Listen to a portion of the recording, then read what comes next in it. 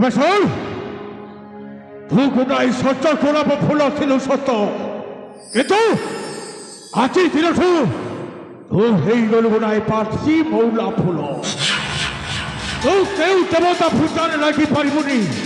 হ্যাঁ, এই রুদ্র পরিয়ার কাহানিটি যেমিতি গোটাই গোপନରେ রহি যাইছিলা, ঠিক সেমিতি তো কথা বি লেখা হব গোটাই বড় বড় অক্ষরে রূপালী অপার গোপন কথা।